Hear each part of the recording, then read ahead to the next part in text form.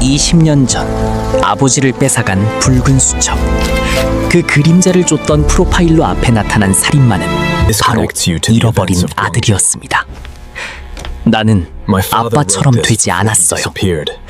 절규 뒤에 숨겨진 잔인한 함정, 피로 얼룩진 수첩이 타오른 뒤에야 우린 비로소 서로의 진짜 이름을 부를 수 있었습니다. 비가 내리고 있었다. 그 냄새가 났다. 피 냄새와 축축한 흙 냄새, 그리고 아주 희미하게 녹슨 쇠 냄새가 뒤섞인 그 냄새. 나는 이 냄새를 안다. 20년 전 내 아버지가 그렇게 죽어갈 때 내 온몸을 감쌌던 바로 그 냄새였다. 팀장님, 이쪽입니다. 젊은 형사가 나를 불렀다. 나는 감정을 지운 얼굴로 고개를 끄덕였다. 내 이름은 강지혁. 경찰청 특수범죄수사팀 프로파일러다. 사람들은 나를 그림자를 쫓는 자라고 불렀지만 사실 나는 평생 단 하나의 그림자만을 쫓고 있었다. 20년 전 내 아버지를 무참히 살해하고 붉은 수첩 한 권을 남기고 사라진 수집가라고 불리는 연쇄살인범. 현장은 참혹했다. 피해자는 중년 남성. 손과 발이 특이한 매듭으로 묶인 채 심장이 정확하게 3번 찔려 있었다. 그리고 가장 결정적인 증거. 피해자의 벌려진 입 속에서 반쯤 불에 탄 붉은 수첩 조각이 발견되었다. 팀장님, 이거. 나는 말없이 핀셋으로 그 수첩 조각을 집어들었다. 수집가가 돌아온 거다. 20년 만에. 내 심장이 얼음처럼 차갑게 식었다. 수사는 급물살을 탔다. 수집가는 20년 전과는 달리 아주 조잡한 흔적들을 남겼다. 마치 나를 잡아달라고 말하는 것처럼. 우리는 현장 주변 CCTV에서 결정적인 영상을 확보했다. 사건 추정 시각, 검은 모자를 눌러 쓴 한 남자가 현장을 빠져나가는 모습이 찍혔다. 남자는 다리를 조금 저는 듯 걸었다. 찾았습니다, 팀장님. 김 형사가 흥분된 목소리로 사무실 문을 열고 뛰어들어왔다. 용의자 신원 특정했습니다.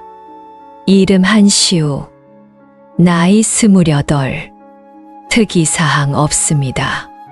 조용한 목공소 직원이라고 합니다.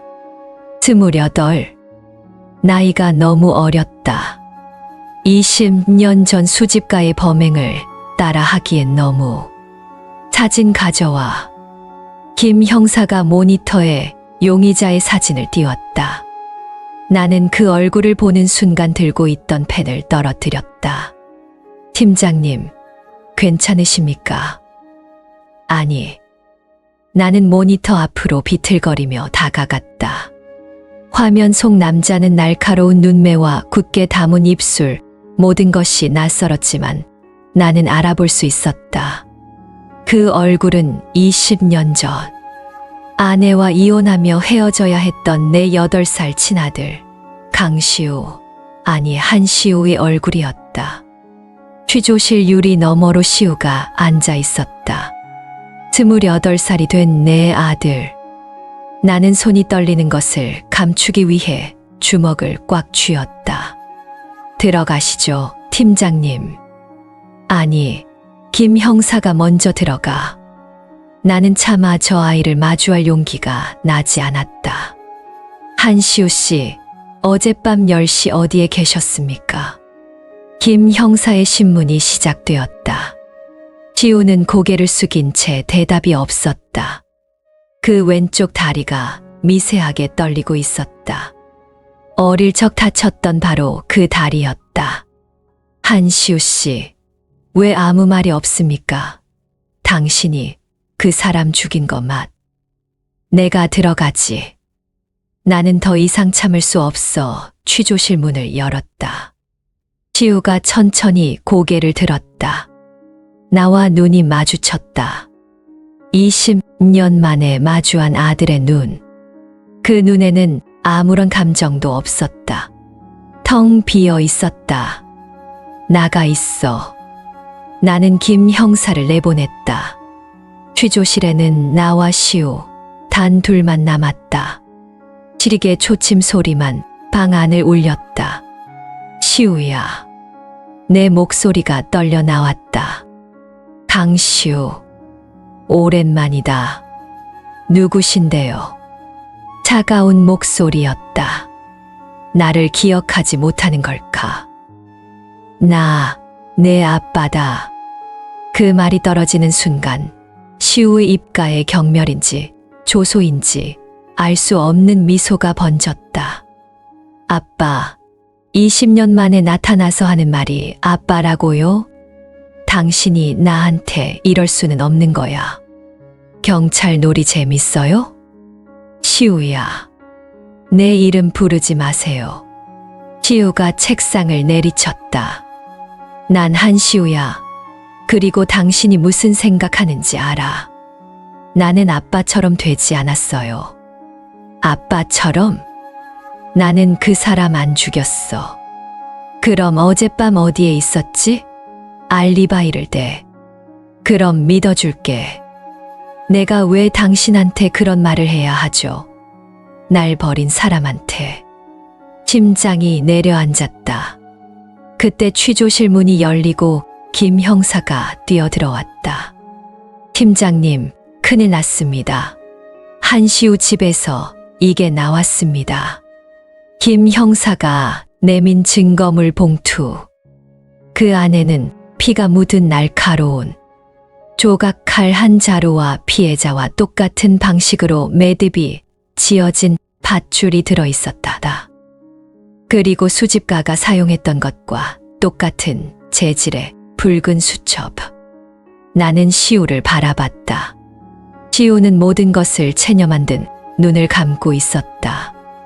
아들의 살해 방식이 모두 내 아버지를 모방하고 있었다. 아니, 수집가를 모방하고 있었다. 아니야. 아니어야 해. 나는 떨리는 목소리로 중얼거렸다. 나는 이미 내 총을 꺼내 들고 있었다. 팀장님, 정신 차리세요. 김 형사가 내 팔을 붙잡았다. 나는 총구를 내 아들에게 겨누고 있었다. 아니, 내 아버지를 모방한 저 괴물에게 겨누고 있었다. 시우는 눈을 감은 채 미동도 하지 않았다. 마치 이 순간을 기다렸다는 듯이. 다 나가 있어. 나는 총을 거두지 않고 말했다. 김 형사는 불안한 눈빛으로 나와 시우를 번갈아 보다가 천천히 뒷걸음질 쳤다. 문이 닫혔다. 다시 정적이 찾아왔다. 나는 총을 내려놓고 시우 앞에 앉았다. 왜 그랬어? 20년 동안 어떻게 살았는지 묻지 않을게. 그 조각칼은 뭐고 그 수첩은 뭐야? 말해. 내 입으로. 시우가 천천히 눈을 떴다. 그 텅 빈 눈이 나를 바라봤다. 당신 프로파일러라면서요. 그럼 알 거 아니에요. 내가 왜 그랬는지. 궁금해 했잖아요. 20년 동안 날 찾지도 않던 당신이 왜 갑자기 나타났는지. 수집가, 그 사람 찾고 있었죠. 그래서 내가 불러준 거예요. 당신 앞으로. 당신 아버지를 죽인 그 방식 그대로. 그렇게 하면 당신이 나타날 것 같아서. 날 보러 와줄 것 같아서. 보고 싶었어요. 아버지. 이건 광기였다. 아니면 처절한 애원이었다. 그래서 사람을 죽였다고? 죽였어요. 그런데 하나도 무섭지가 않았어요. 마치 늘 해왔던 일처럼. 그 사람 피 냄새가 역겹지도 않았어. 혹시 이것도 유전이에요? 살인자의 피가 내 안에도 흐르고 있는 거냐고. 그래서 날 버린 거예요? 당신 아버지가 그렇게 죽었을 때 당신도 이런 냄새를 맡아 나는 시우의 뺨을 내려쳤다. 시우의 고개가 돌아갔다. 붉게 부어오른 뺨. 시우는 천천히 고개를 돌려 나를 바라봤다. 그리고 웃었다. 아주 슬프게. 역시 우린 닮았네요. 화가 나면 손부터 나가는 거. 그 사람도 그랬어요? 아니, 수집가 말고 당신 아버지.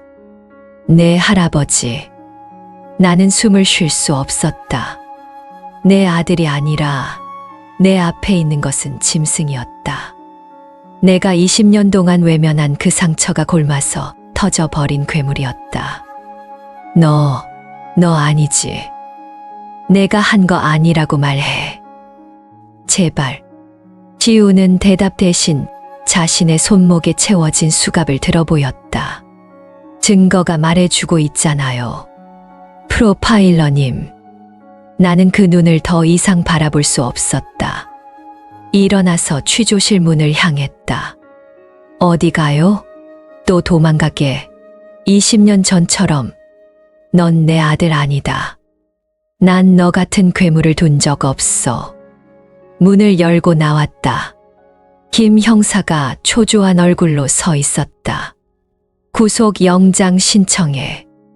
최고 형량으로 검찰에 송치해. 내 눈앞에서 치워버려. 당장. 나는 도망쳤다. 내 아들의 그 슬픈 웃음소리를 뒤로하고 다시 한 번. 나는 그저 기다렸다. 내 아들이 내게 거짓말을 하기를. 그날 밤 나는 잠을 이루지 못했다. 20년 전 아내와 이혼하던 날이 떠올랐다. 수집가에 대한 광적인 집착. 그것이 내 가정을 망가뜨렸다. 아내는 8살 시우의 손을 잡고 내 앞에서 울부짖었다. 당신은 죽은 아버지 망령에 사로잡혀 있어. 산 사람은 보지도 않는 당신 곁에서 시우를 키울 수 없어. 나는 아무 말도 하지 못했다. 아니, 하지 않았다. 그저 수집가의 붉은 수첩 복사본만 뒤적이고 있었다. 그것이 내 아들과의 마지막 기억이었다. 그런데 20년 만에 만난 아들은 살인자가 되어 나타났다. 그것도 내가 그토록 쫓던 수집가의 방식을 똑같이 모방해서. 유전이라고? 시우의 목소리가 귓가에 맴돌았다. 살인자의 피가 내 안에도 흐르고 있는 거냐고. 말도 안 되는 소리였다. 나는 괴물이 아니었다. 내 아버지도 괴물이 아니었다. 그저 수집가에게 희생당한 피해자일 뿐이었다. 다음 날 나는 시우가 일했다는 목공소를 찾아갔다. 주인은 시우에 대해 이렇게 말했다. 시우 말입니까? 말 없고 조용했지만 저 손재주 하나는 끝내줬어요. 특히 조각칼 다루는 솜씨는 예술이었지. 그 손으로 나무를 깎아내는 걸 보면 꼭 넋이 나간 사람 같았다니까. 혹시 이상한 점은 없었습니까? 아, 그러고 보니 가끔 혼자 남아서 이상한 걸 만들더군. 붉은 나무 같은 걸로 작은 수첩 같은 걸 만들었어요. 그리고 거기에 뭘 새기는 것 같던데 가까이 가면 얼른 숨기곤 했지. 그것 말고는 참 착한 청년이었는데 사람 일 모른다더니. 나는 목공소를 나왔다. 시우가 붉은 수첩을 직접 만들었다. 20년 전 수집가의 붉은 수첩. 그것은 세상에 단 한 권뿐이었다. 내 아버지의 피로 물든 바로 그 수첩. 경찰 증거물 보관소에 있어야 할 그것을 시우가 어떻게 안단 말인가. 설마. 나는 곧장 경찰청 증거물 보관소로 달려갔다. 먼지가 뽀얗게 쌓인 수집가에 증거물 박스. 나는 떨리는 손으로 봉인을 뜯었다. 그리고 굳어버렸다. 박스 안 붉은 수첩이 있어야 할 자리가 비어 있었다. 언제 사라진 거지? 기록을 확인했다. 마지막 열람 기록. 15년 전. 열람자 강지혁. 내 이름이었다. 하지만 나는 15년 전 이 수첩을 본 기억이 없었다. 그때였다. 수집가에 대한 기억 하나가 섬광처럼 뇌리를 스쳤다. 20년 전 아버지가 살해당한 현장. 나는 경찰 폴리스라인을 넘어 미친 듯이 그 방으로 뛰어들어갔다. 그리고 보았다. 피투성이가 된 아버지. 그리고 그 손에 들려있던 붉은 수첩. 나는 경찰이 닥치기 전 본능적으로 그 수첩을 내 주머니 속에 숨겼다. 수집가의 첫 번째 전리품. 그것은 경찰이 아닌 아들인 내가 가져야 한다고 생각했다. 내가 훔쳤어. 그랬다. 증거물 보관소에 있던 것은 내가 만든 가짜 수첩이었다. 진짜는 내 집 가장 깊은 곳, 내 서재 비밀 금고 안에 있었다. 나는 미친 듯이 집으로 달려갔다. 서재 바닥 및 비밀 금고. 먼지를 닦아내고 비밀번호를 눌렀다. 1003. 아버지가 돌아가신 해. 금고 문이 열렸다. 그 안에는 20년 동안 빛을 보지 못한 진짜 붉은 수첩이 있었다. 이것을 시우가 봤을 리는 없다. 시우는 이 금고의 존재 자체를 모른다. 그렇다면 시우는 대체 어떻게 수집가의 방식을 그토록 정확하게 모방할 수 있었을까? 나는 수첩을 펼쳤다. 아버지의 피가 묻어 굳어버린 페이지들. 그 안에는 수집가가 자신의 살인을 기록한 기괴한 그림과 암호들이 남아 있었다. 나는 20년 동안 이것을 해독하려 했지만 실패했다. 그런데 문득 이상한 점이 눈에 띄었다. 수첩 마지막 장. 분명 비어 있어야 할 페이지에 무언가 희미하게 적혀 있었다. 연필로 쓴 아주 작은 글씨. 나는 아빠처럼 되지 않았어요. 시우가 취조실에서 내게 했던 말. 이 글씨는 분명 어린 아이의 글씨체였다. 시우야, 내가 이걸 봤어? 언제, 어떻게 기억이 퍼즐처럼 맞춰지기 시작했다. 이혼하기 직전 마지막 몇 달. 나는 이 수첩에 미쳐 있었다. 서재문을 잠그고 밤낮으로 이 수첩만 들여다봤다. 아내는 그런 나를 견디지 못했다. 혹시 그때였을까? 8살 시우가 아빠가 무엇을 하는지 궁금해서 몰래 서재에 들어왔던 것이다. 그리고 이 끔찍한 살인 일기를 본 것이다. 나는 아빠처럼 되지 않았어요. 이것은 어른이 된 시우가 내게 한 말이 아니었다. 20년 전 8살 시우가 이 수첩 속 괴물을 아빠라고 오해하고 아빠처럼 되지 않겠다고 다짐하며 남긴 어린 아이의 절박한 약속이었다.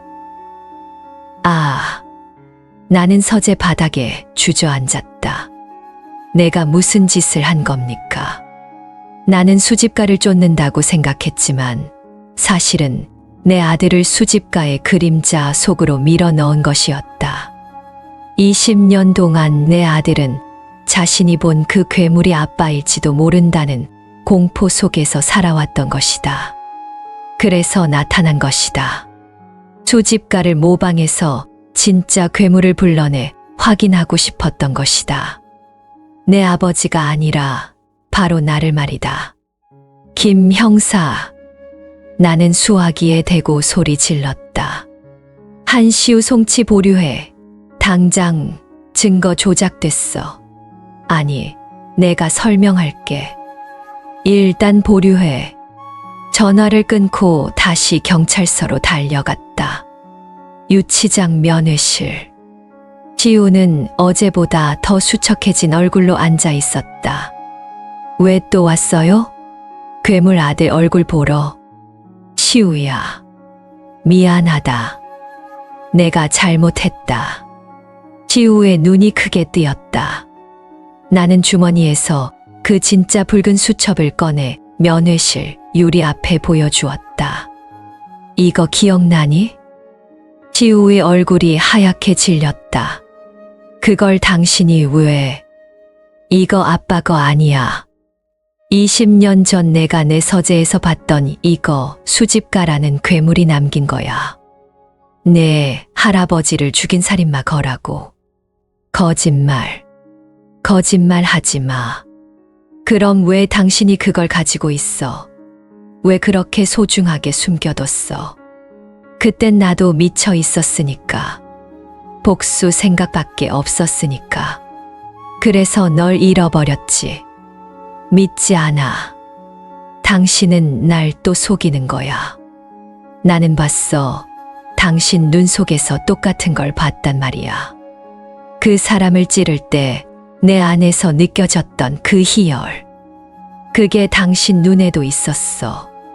아니야. 나는 유리창을 내리쳤다. 그건 내가 아니야, 시우야. 그건 이 수첩이 내게 심어놓은 그림자일 뿐이야. 그럼 증명해봐. 증명해보라고. 당신이 그 괴물이 아니라는 걸 증명하란 말이야. 알았어. 증명할게. 내가 한 거 아니잖아. 그 조각칼, 밧줄, 가짜 수첩, 다 내가 만든 거 맞지? 하지만 사람은 내가 죽인 게 아니야. 시우의 눈동자가 격렬하게 요동쳤다. 그걸 어떻게? 현장에 있었지. 내가 그 남자를 죽이려고 했던 거 맞지? 하지만 내가 하기 전에 누군가 먼저 선수를 쳤어. 그 남자가 널 기다렸다는 듯이 그 방에 죽어 있었어. 그리고 내가 만든 그 붉은 수첩을 그 남자 입에 넣었어. 아니야. 내가 죽였어. 내가. 아니야. 현장에 내 냄새만 있었던 게 아니야. 20년 전 그 냄새. 녹슨 쇠 냄새. 수집가 그 자식이 현장에 있었어. 말도 안 돼. 그 자식이 널 이용한 거야, 시우야. 내가 자신을 모방하는 걸 알고 내게 살인 누명을 씌운 거라고. 내가 죽이지 않았다는 증거 찾아올게. 그 수집가, 그 개자식, 내가 반드시 잡아올게. 그러니까 제발 무너지지 마. 나는 면회실을 뛰쳐나왔다. 나는 내 아들이 살인자가 아니라고 믿었다. 아니, 믿어야만 했다. 시우의 그 처절한 울부짖음은 유주의 고백이 아니라 자신이 괴물이 아니기를 바라는 절박한 구원의 요청이었다. 나는 처음으로 신에게 빌었다. 제발 아니기를. 나는 사무실로 돌아왔다. 사건 기록을 처음부터 다시 훑었다. 피해자 박재호. 사채업자였다. 원한 관계가 수도 없이 많았다. 하지만 시우와는 어떤 접점도 없었다. 수집가는 어떻게 시우가 박재호를 노린다는 것을 알았을까? 시우가 아니라 수집가가 박재호를 노린 거라면, 그리고 시우를 그 장소로 유인한 거라면? 나는 시우의 집에서 압수한 컴퓨터 기록을 살펴봤다. 시우는 수집가에 대한 기사를 미친 듯이 검색하고 있었다. 그리고 박재호라는 이름. 시우는 박재호를 오랫동안 스토킹하고 있었다. 왜? 박재호의 신상 기록을 다시 살펴봤다. 20년 전 기록. 그때 박재호는 수집가 사건 현장 근처에 살고 있었다. 단순한 우연일 리 없어. 그때 김 형사가 보고서를 들고 뛰어왔다. 팀장님, 현장 감식 결과 다시 나왔습니다. 피해자 입속 수첩 조각에서 피해자 타액 말고 제3자의 DNA가 발견됐습니다. 한시우 것과 다릅니다. 누구 거야? 전과 기록 대조 결과 일치하는 사람이 없습니다. 역시 그랬다. 현장에 수집가가 있었다. 팀장님, 그럼 한시우는 공범이거나 누명을 쓴 거겠지. 한시우 다시 불러. 이번엔 내가 아니라 프로파일러 강지혁으로 신문한다. 다시 취조실. 시우는 어제와 달리 조금 진정된 듯 보였다. 한시우 씨, 당신이 죽이지 않았다는 걸 압니다. 현장에 다른 사람이 있었죠. 우리는 그를 수집가라고 부릅니다. 당신 수집가에 대해 아는 걸 다 말해야 합니다. 몰라요. 나는 그냥 당신을 만나고 싶어서. 거짓말. 당신 피해자 박재호 스토킹했습니다. 왜죠? 그 사람 20년 전에 본 적이 있어요. 어디서? 할아버지 돌아가셨을 때. 현장 근처에서요? 아니요. 우리 집 앞에서. 엄마랑 이혼하고 당신 떠난 날 밤이었어요. 그 사람이 우리 집 앞을 서성거리고 있었어요. 내가 창밖을 보는데 그 사람이랑 눈이 마주쳤어요. 그 사람 웃고 있었어요. 20년 동안 그 얼굴을 잊을 수가 없었어요. 그래서 찾아다녔어요. 그 사람이 누군지. 그러다 알게 됐어요. 그 사람이 할아버지를 죽인 수집가와 관련이 있을지도 모른다는 걸. 그래서 죽이려고 했어요. 내 손으로 복수하고 싶었어요. 할아버지 복수 말고 내 인생을 망가뜨린 복수. 그런데 내가 그 집에 갔을 때 그 사람은 이미 죽어 있었어요. 그리고 그 냄새가 났어요. 녹슨 쇠 냄새. 그때 알았어요. 수집가 그 자식이 날 지켜보고 있었다는 걸. 20년 동안 쭉. 온몸에 소름이 돋았다. 수집가는 20년 전 내 아버지를 죽인 것으로 끝난 게 아니었다. 그는 내 가족 주변을 맴돌며 우리를 지켜보고 있었다. 그리고 내 아들을 자신과 똑같은 괴물로 만들기 위해 이 모든 일을 꾸민 것이다. 시우야, 20년 동안 어떻게 살았어? 엄마는 어떻게 됐어? 엄마 죽었어요. 당신 떠나고 10년 뒤에 병이었어요. 내가 18살 때 죽기 전에 엄마가 나한테 미안하다고 했어요. 아빠 없는 아들로 만들어서 미안하다고. 그리고 당신 얘기를 해줬어요. 당신이 나쁜 사람이 아니라 그냥 너무 아픈 사람이었다고. 그래서 당신을 이해하고 싶었어요. 프로파일러라는 직업도 알게 됐고, 당신처럼 되면 당신을 이해할 수 있을 것 같았어요. 그래서 경찰 시험 준비했었어요. 그런데 필기 시험 보러 가던 날이었어요. 골목길에서 어떤 사람이랑 부딪혔어요. 그 사람 손에 들린 가방에서 뭔가 떨어졌어요. 붉은 수첩이었어요. 그 수집가의 수첩. 나는 그 사람을 쫓아갔어요. 미친 듯이. 그러다 육교 위에서 그 사람을 붙잡았는데 그 사람이 나한테 칼을 휘둘렀어요. 여기. 아킬레스건이 끊어졌어요. 그렇게 다리를 절게 됐고 경찰 시험도 끝났죠. 그 사람이 수집가였어요. 그 자식이 내 인생 전부 망가뜨렸어요. 그래서 결심했어요. 내가 직접 잡겠다고. 당신이 못 잡은 그 괴물 내가 잡아서 당신 앞에 데려오겠다고. 나는 무너져 내렸다. 내 아들의 20년은 지옥 그 자체였다. 나에 대한 원망과 그리움, 그리고 수집가에 대한 복수심. 그 모든 것이 시우를 이 끔찍한 함정으로 이끌었다. 미안하다. 정말 미안하다. 시우야. 사과하지 마세요. 사과 받으려고 이러는 거 아니야. 잡아줘요. 그 자식. 당신 손으로 반드시 잡아줘. 그게 당신이 나한테 할 수 있는 유일한 사과야. 그래. 약속할게. 반드시 잡는다. 그러니까 너도 약속해. 뭘요? 다시는 내 손 더럽히지 않겠다고. 복수는 내가 해. 너는 그냥 살아남아. 아버지 아들로. 시우는 대답 대신 고개를 끄덕였다. 20년 만에 처음으로 우리는 부자로서 같은 곳을 바라봤다.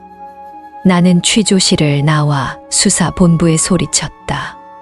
당장 한시우 석방해. 그리고 수사 전면 재검토한다. 타깃은 수집가다. 20년 전 그 방식 그대로 움직이는 그 유령. 김 형사가 나에게 다가와 조용히 물었다. 팀장님, 한시우 그냥 풀어주면 여론이. 내가 책임져. 그 아이는 살인자가 아니라 미끼였어. 수집가가 우리를 비웃으며 던져놓은 가장 잔인한 미끼. 그리고 우리는 그 미끼를 물어버렸고. 그럼 이제 어떠실 겁니까? 함정을 파야지. 수집가가 가장 원하는 것으로. 그게 뭔데요? 나. 그리고 이 사건에 대한 관심. 나는 언론 담당 형사를 불렀다. 지금 당장 기자들 불러 모아. 경찰이 수집가의 모방 범죄 용의자를 체포했다고 발표해. 범인은 강지혁 팀장의 아들이라고. 네, 팀장님, 미쳤습니까? 미쳤지. 20년 동안 미쳐 있었어. 이 지옥 같은 악연을 끊으려면 나 하나 던지는 것 정도는 감수해야지. 수집가는 이 기사를 보고 분명 움직일 거야. 자신이 공들여 만든 작품을 아무 관계도 없는 모방범이 가로채는 걸 절대 용납하지 못할 테니까. 팀장님, 내 아들은 내가 지켜. 그러니까 자네들은 그 괴물 잡을 준비나 해. 나는 내 모든 것을 걸었다. 내 명예, 내 경력, 그리고 내 목숨까지도. 이 악몽을 끝낼 수만 있다면. 나는 다시 한번 물었다. 너 정말 아니야? 뉴스는 폭발적으로 퍼져나갔다. 희대의 연쇄살인범 수집가 모방범죄, 범인은 담당 프로파일러의 친아들. 세상은 발칵 뒤집혔다. 경찰청 홈페이지는 마비되었고 내 휴대전화는 불이 났다. 강지혁 팀장, 아들 비호 의혹, 경찰 내부 감찰 착수. 모든 것이 내가 계획한 대로 흘러가고 있었다. 나는 모든 보직에서 해임되었고 대기 발령 상태로 집에 머물렀다. 시우는 풀려났다. 우리는 20년 만에 처음으로 아버지와 아들로서 한 공간에 있게 되었다. 괜찮아요? 시우가 TV에서 나오는 나에 대한 비난 기사를 보며 물었다. 뭐가? 당신 이제 경찰 못할지도 몰라요. 상관없어. 어차피 수집가 잡으려고 시작한 일이야. 그 자식만 잡으면 내 임무는 끝나는 거야. 정말 올까요? 와, 수집가 같은 유형의 살인마들은 극도의 나르시시스트야. 자신의 완벽한 살인을 예술이라고 생각하지. 그런데 감히 아류가 나타나 자신의 작품을 흉내내고 심지어 세상의 관심까지 독차지한다. 절대 못 참아. 반드시 나타날 거야. 진짜는 나라고 증명하기 위해서. 우리는 숨을 죽이고 기다렸다. 나는 공식적으로는 집에 갇힌 몸이었지만 김 형사를 통해 수사 상황을 보고 받고 있었다.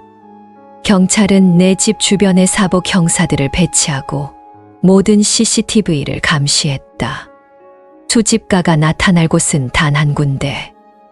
바로 나 강지혁 앞일 테니까. 이틀째 되던 날 새벽, 초인종이 울렸다. 나와 시우는 동시에 굳었다. 인터폰 화면에는 아무도 없었다. 누구지? 나는 천천히 현관문으로 다가갔다. 문 아래 틈으로 작은 봉투 하나가 밀어 넣어져 있었다. 붉은색 봉투. 나는 조심스럽게 봉투를 집어들었다. 그 안에는 단 한 장의 카드가 들어 있었다. 20년 전 그 자리에서 기다린다. 20년 전 그 자리, 아버지 돌아가신 곳. 옛날 우리 집. 나는 즉시 김 형사에게 문자를 보냈다. 수집가 나타났다. 20년 전 사건 현장. 지원 바란다. 조용히. 시우야, 너 여기 있어. 아버지, 나도 갈래요. 안 돼. 이건 경찰 일이야. 아니, 내 일이야. 그 자식이 노리는 건 나야. 내가 아니라. 하지만 약속했잖아. 넌 살아남겠다고. 시우는 입술을 깨물었다. 나는 서재에서 내 권총을 챙겼다. 그리고 진짜 붉은 수첩을 가슴 안주머니에 넣었다. 다녀올게. 조심해요. 나는 집을 나섰다. 새벽 공기가 유난히 찼다. 20년 동안 하루도 잊어본 적 없는 그 집. 내 인생을 송두리째 바꿔놓은 그 지옥으로 향했다. 옛날 집은 재개발 구역으로 묶여 폐허처럼 변해 있었다. 나는 조심스럽게 깨진 창문을 넘어 집 안으로 들어섰다. 먼지 냄새와 곰팡이 냄새가 진동했다. 그리고 그 냄새, 녹슨 쇠 냄새. 거기 있는 거 안다. 나와라 수집가. 어둠 속에서 누군가 천천히 모습을 드러냈다.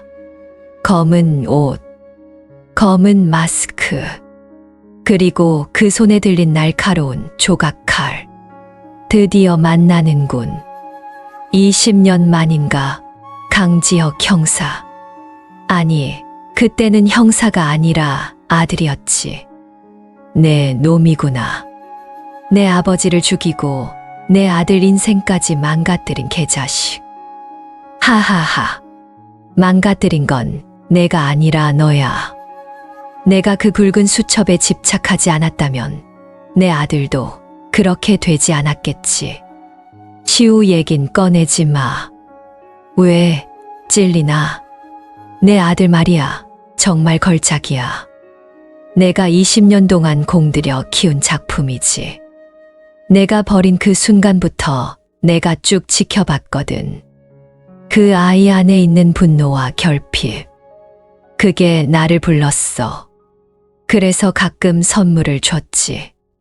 붉은 수첩 조각이라든가, 내 아버지 얘기라든가.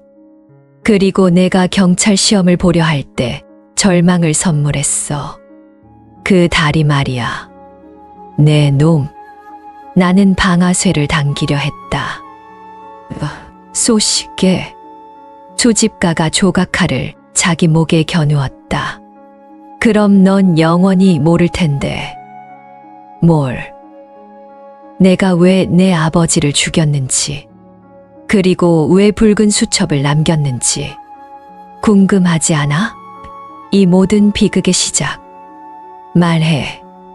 수집가가 천천히 마스크를 벗었다. 그리고 드러난 얼굴. 나는 내 눈을 의심했다. 당신. 그 얼굴은 너무나 낯이 익었다. 20년 전 아버지 장례식장에서 나를 위로해 주던 아버지의 오랜 친구. 박재호? 아니, 박재호는 죽었다. 그럼 저 사람은? 오랜만일세 지혁이. 아니, 박재호는 내 쌍둥이 동생이었지. 나는 박선우야. 말도 안 돼. 내 아버지가 날 이렇게 만들었어. 내 아버지가 내 모든 걸 빼앗아 갔다고. 그래서 나도 똑같이 빼앗아 준 거야. 내 아버지의 명예, 그리고 내 아버지의 아들인 너, 그리고 너의 아들까지. 완벽한 수집이지 않나?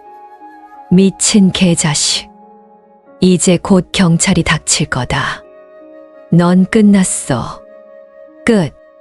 아니, 이제 시작이야. 이 집 전체에 폭탄을 설치해 뒀거든. 강지혁 형사. 내가 그렇게 원하던 붉은 수첩의 마지막 장을 채울 시간이야. 너와 나, 그리고 이 지옥 같은 추억 속에서 함께 작품이 되는 거지. 박선우가 점화 스위치를 눌렀다. 시한폭탄 소리가 울리기 시작했다. 안 돼. 나는 박선우에게 몸을 날렸다. 그때였다. 현관문이 부서지며 누군가 뛰어들어왔다. 아버지. 지우야, 내가 여길 왜? 당신 혼자 죽게 안 둬. 지우가 박선우에게 달려들었다. 세 사람이 엉켰다. 시한폭탄 소리는 점점 빨라졌다. 지우야, 나가. 싫어. 하하하. 그래, 이거야. 아름다워. 아버지와 아들 모두 내 컬렉션에 추가되는 거야. 박선우가 조각칼을 시우에게 휘둘렀다. 안 돼. 나는 몸을 날려 시우를 감싸 안았다. 날카로운 조각칼이 내 등을 파고들었다.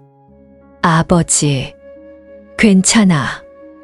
나는 시우를 밀쳐내고 내 주머니 속 권총을 박선우의 심장에 겨누었다. 이 지옥, 이제 끝내자. 세 발의 총성. 박선우의 몸이 쓰러졌다. 그 눈은 여전히 나를 보며 웃고 있었다. 폭탄 소리가 절정에 달했다. 지우야, 도망가. 싫어, 같이 가. 지우가 나를 부축하려 했다. 하지만 나는 움직일 수 없었다. 제발 가. 나는 마지막 힘을 다해 시우를 밀어냈다. 살아남으라고 했잖아. 아버지. 사랑한다, 아들. 나는 안주머니에서 진짜 붉은 수첩을 꺼내 쓰러진 박선우의 손에 쥐어주었다. 내 컬렉션 가져가라. 지옥에서나 마저 채워. 시우의 울부짖는 얼굴을 마지막으로 나는 눈을 감았다. 엄청난 폭발음과 함께 20년 전 그 집은 화염에 휩싸였다. 나는 그 지옥 속으로 다시 걸어 들어갔다. 눈을 떴을 때 나는 병원이었다. 여긴. 팀장님, 정신이 드십니까? 김 형사가 내 손을 꽉 잡았다. 시우는 무사합니다. 폭발 직전에 겨우 빠져나왔습니다. 지금 밖에서. 박선우는 현장에서 즉사했습니다. 팀장님이 쏜 총에 맞고 폭발에 휩쓸렸습니다. 그래. 팀장님 등 부상이 심각했지만 다행히 급소는 피했습니다. 나는 천천히 몸을 일으켰다. 온몸이 부서질 듯 아팠다. 붉은 수첩은 현장에서 박선우와 함께 모두 불에 탔습니다. 그걸로 됐어. 모든 게 끝났습니다, 팀장님. 아니, 아직 할 일이 남았어. 시우 불러줘. 시우가 들어왔다. 얼굴이 온통 상처투성이었다. 아버지. 왔어. 김 형사, 잠깐 나가 있어 줄래? 김 형사가 나가고 병실에는 다시 우리 둘만 남았다. 바보 같은 자식. 왜 왔어? 죽을 뻔했잖아. 당신이야말로. 왜 나 대신 칼에 맞아요? 왜 나만 밀어내요? 아빠니까. 우리는 한참 동안 말이 없었다. 20년 만에 처음으로 잡아본 아들의 손은 따뜻했다. 시우야. 네.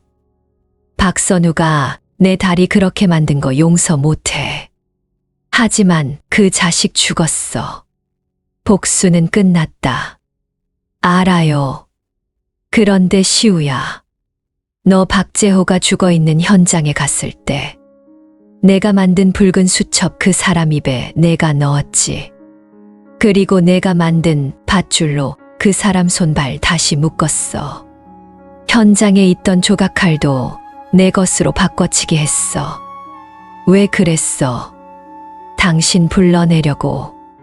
그렇게 하면 수집가가 한 짓처럼 보일 테니까. 그럼 당신이 올 테니까. 하지만 그건 엄연한 범죄야. 증거인멸 및 현장 훼손. 알아요. 그래서 나 잡아갈 거예요. 아니, 내가 덮을 거야. 아버지, 넌 수집가의 피해자야. 20년 동안 그 지옥 속에서 살아왔어. 그 정도는 아빠가 해줄 수 있어. 하지만 다시는 그러지 마. 다시는 내 인생 그림자 속에 가두지 마. 약속할게. 약속해요, 아버지. 시우가 울었다. 수집가 박선우는 죽었다. 20년간 나를 괴롭히던 악몽은 끝났다. 나는 징계를 받았다. 아들의 범죄 현장 훼손을 눈감아 준 대가였다. 나는 경찰 배지를 반납했다.